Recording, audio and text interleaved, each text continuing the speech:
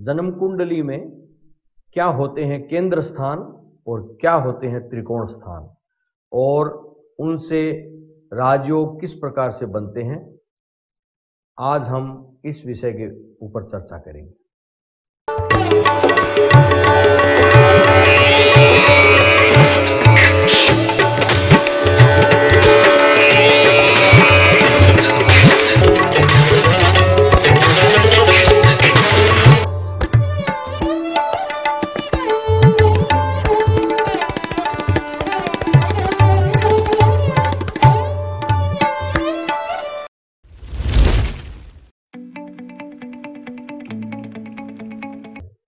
मित्रों, आज हम चर्चा करने वाले हैं केंद्र त्रिकोण राजयोग के विषय में और उनसे किस प्रकार से ये बनता है और क्या होता है केंद्र और त्रिकोण, इस विषय में।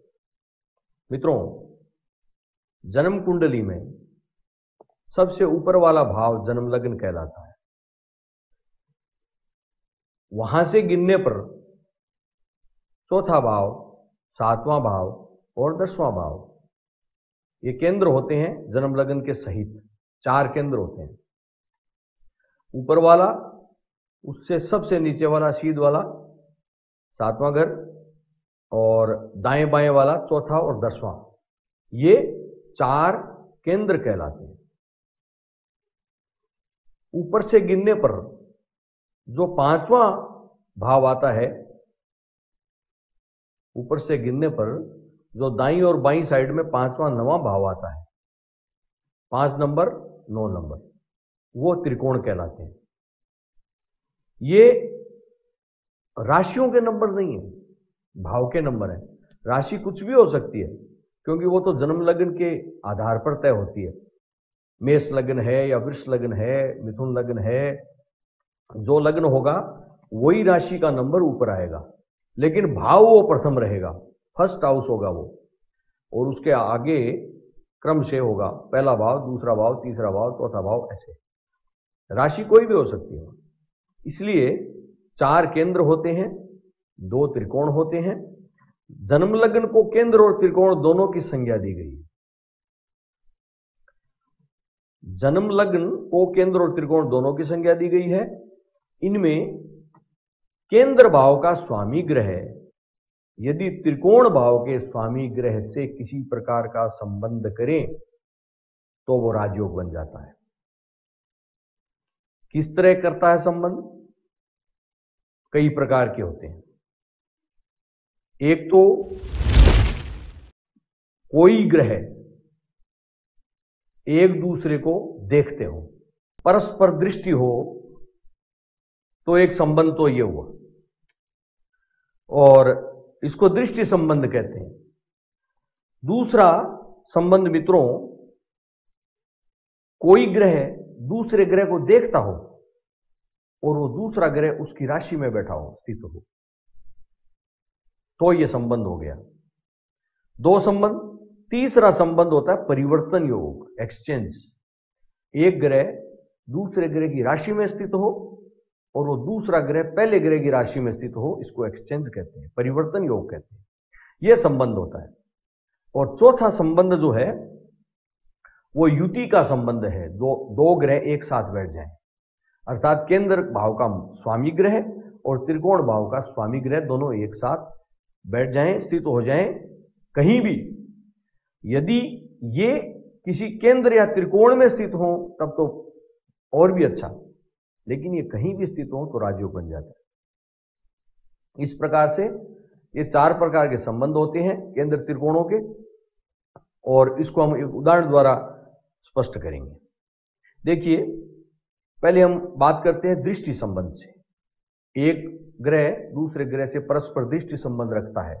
तो मान लीजिए कोई तुला लग्न की कुंडली है।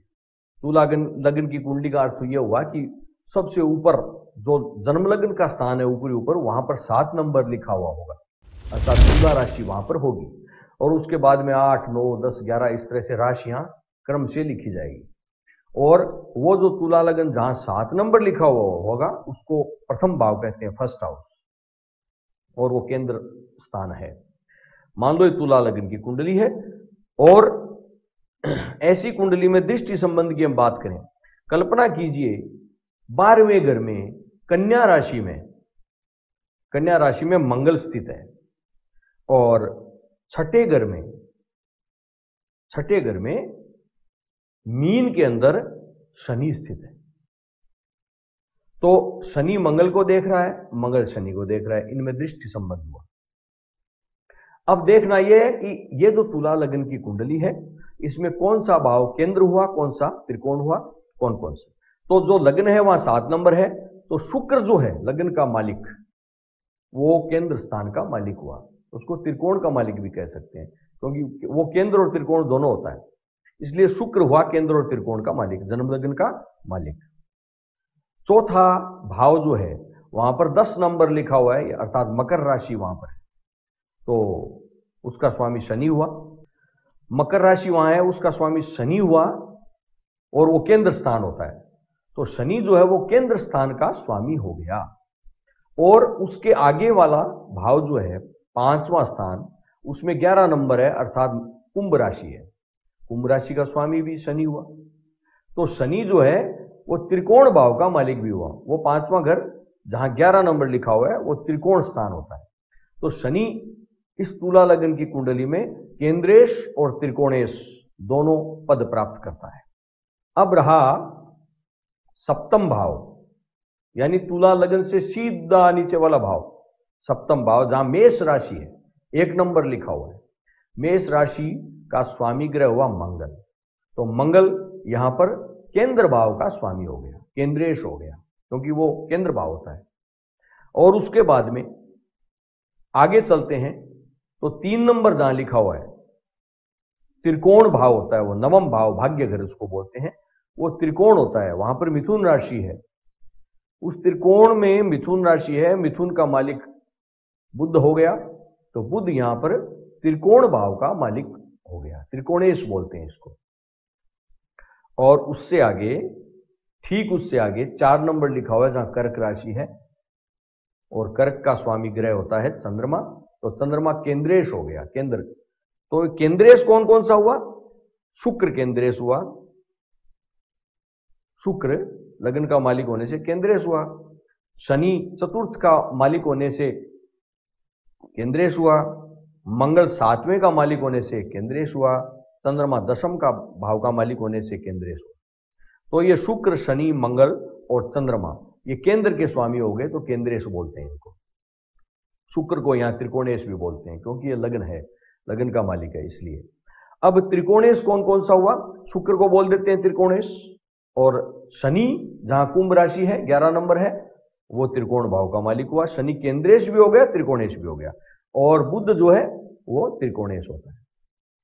अब इनका आपस में किसी प्रकार का जो 4 संबंध बताएंगे, 4 प्रकार के, उनमें से किसी प्रकार का संबंध होता है तो केंद्र त्रिकोण संबंध बन जाता है और यह राजयोग हो जाता है।